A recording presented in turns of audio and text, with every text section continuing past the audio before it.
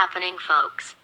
Even though the Nobel Peace Prize was cheapened by the fact that Al Gore and an empty suit like Barack Hussein Obama each have won, it looks like now the committee is trying to make amends by awarding it to a person who actually deserves it.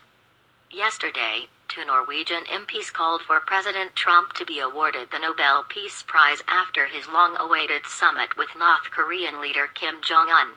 This would be the second time President Trump has been nominated. What's happening now is historic, Amundsen told state broadcaster NRK. A process is underway to ensure world peace in the future. It's a fragile process, but we must, of course, do what we can to help this process bring good results.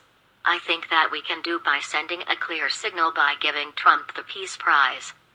Trending, it has officially been confirmed about Sarah Huckabee Sanders. Congrats.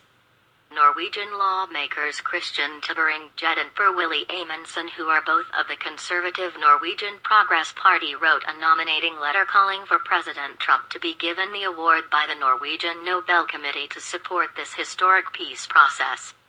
The nomination letter goes on to compare Trump's actions to those of American President Theodore Roosevelt, whom they note was given the prize in 1906 for his efforts to bring peace between Russia and Japan at the end of the Russian-Japanese War. This comes after 18 Republican lawmakers signed their names to a letter nominating Trump for the prize. The letter correctly stated that the president worked tirelessly to apply maximum pressure to North Korea to end its illicit weapons programs and bring peace to the region. Via Zero Hedge.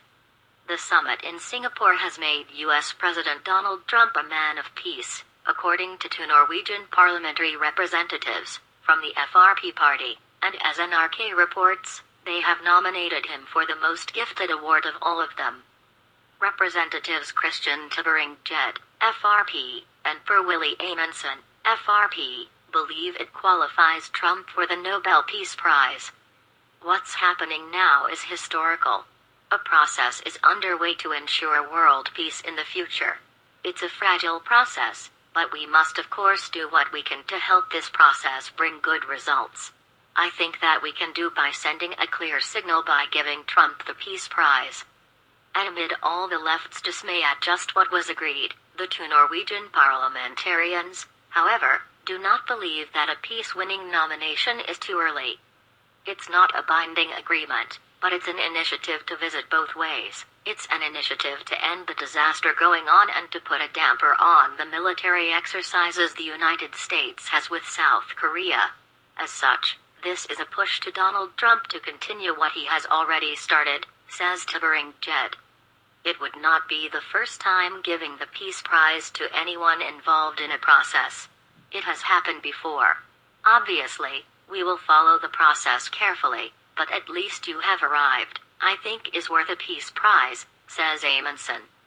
The Norwegian nomination follows a group of 18 GOP lawmakers led by Representative Luke Messer of Indiana, who signed a letter formally nominating President Trump for the 2019 Nobel Peace Prize in May. We can think of no one more deserving of the committee's recognition in 2019 than President Trump for his tireless work to bring peace to our world. Mission accomplished? The Nobel Committee received Peace Prize nominations at Donald Trump in both 2016, 2017 and 2018.